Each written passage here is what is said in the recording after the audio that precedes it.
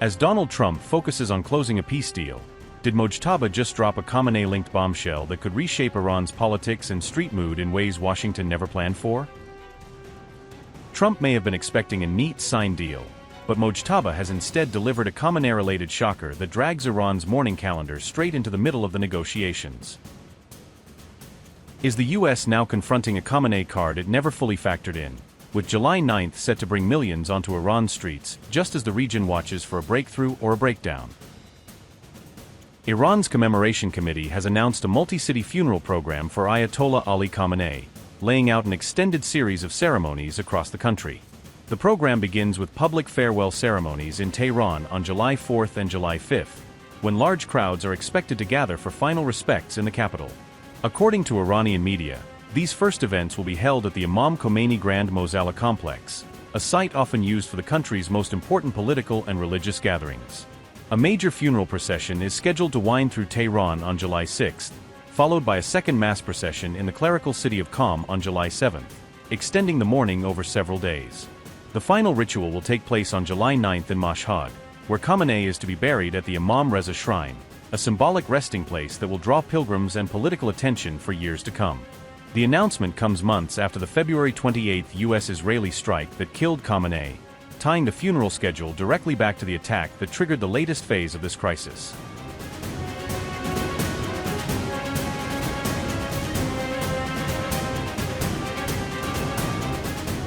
These funeral ceremonies are being rolled out just as Tehran and Washington edge toward a possible peace deal, intertwining high-stakes diplomacy with a highly charged national mourning period.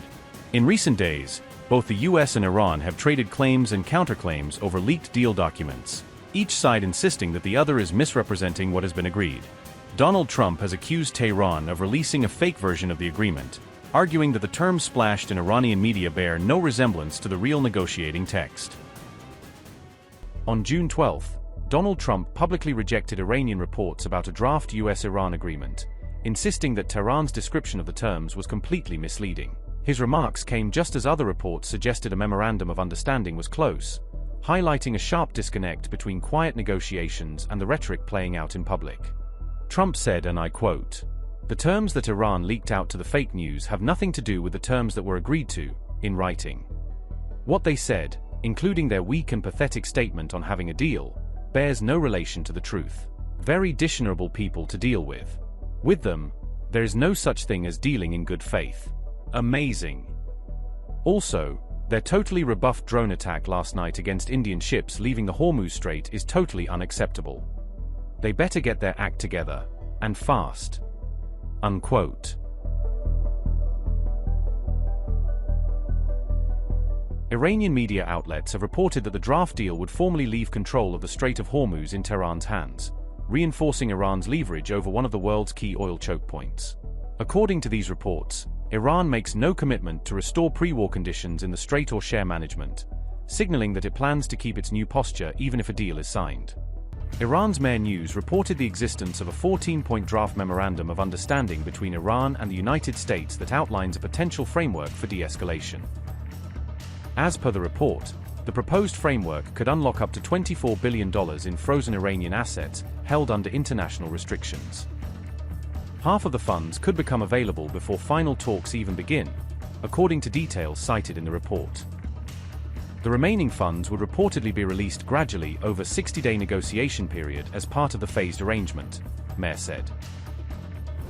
Permanent and immediate cessation of hostilities on all fronts, including Lebanon, forming the core demand of the proposed framework. Non-interference in Iran's internal affairs and full respect for its national sovereignty as a binding political condition. Complete lifting of the naval blockade within 30 days, enabling the restoration of unrestricted maritime movement.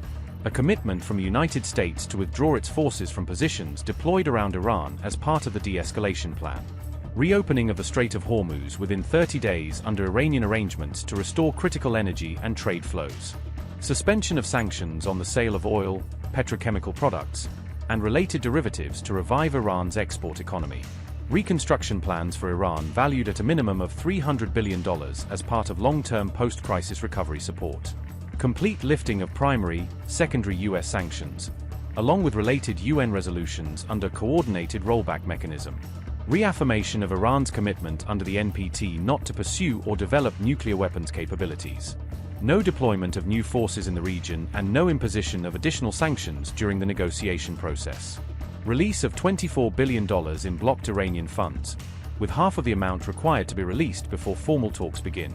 Establishment of a monitoring mechanism to oversee implementation and ensure compliance with the agreement framework. The final agreement would be subject to approval through a United Nations Security Council resolution. Iran's missile program and support for regional resistance groups are excluded from the agenda under the proposed structure.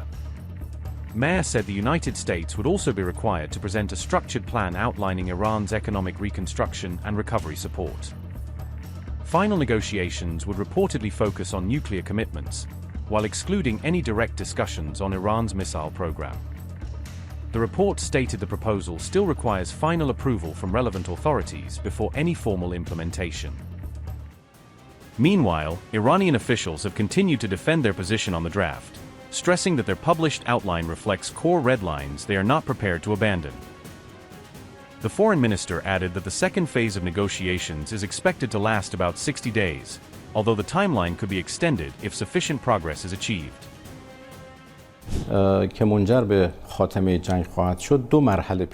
These negotiations, which will lead to the end of the war, are envisioned in two stages. The first stage is a memorandum of understanding to be signed between Iran and the United States. Then, negotiations for the second stage will begin, and subsequently, in the second stage, we will have a final agreement. We postponed the nuclear issue to the final agreement for various reasons, as it was truly impossible to discuss it under current circumstances. The demands they had were in no way acceptable. Therefore, we brought up other issues that could be agreed upon in the first stage and postponed the nuclear issue to the second stage, which is, of course, a more difficult phase for which 60 days of negotiation have been envisioned. In the second stage, or the final agreement, the nuclear issue, alongside the issue of lifting sanctions on Iran and one or two other matters that I will mention at another time, will be reviewed and a final agreement will be reached. In the current agreement, which is called a Memorandum of Understanding and is known as the Islamabad Memorandum, or has been named the Islamabad Memorandum, the end of the war is declared on all fronts, including Lebanon. I have said this many times. We have never forgotten Lebanon in this war, because Lebanon and Hezbollah of Lebanon have, in any case, fought alongside the people of Iran in this war, and we will never leave them alone. In the ceasefire that was announced, the ceasefire was on all fronts, including Lebanon. Now, putting aside the fact that the Zionist regime violated it multiple times, to which Hezbollah responded, we responded wherever necessary, and in my opinion, this response itself was another strategic achievement. For the first time, we were the ones who initiated the offensive to punish a regime that had, in any case, reneged on its commitments, and this was recorded on the global stage as a strategic victory for Iran, showing that Iran is not joking and that if necessary, it is not only not afraid of war but will employ it wherever required.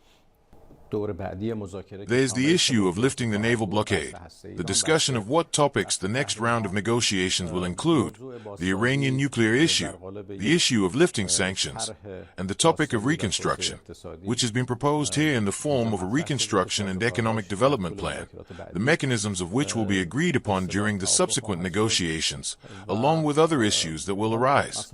The discussion of Iran's blocked funds, for which a mechanism has been defined, are matters included in the Memorandum of Understanding and agreed upon in the first stage. I must state explicitly that this agreement has enemies, at the head of which is the Zionist regime, and they are looking for pretext to derail this agreement. Our position is clear. If we were going to yield to force and pressure, we would have yielded long ago. If threats of attacking infrastructure or other threats were going to make us back down, we would have backed down long ago. But that is not the case. Very clear messages were sent to the other side that threats have a reverse effect.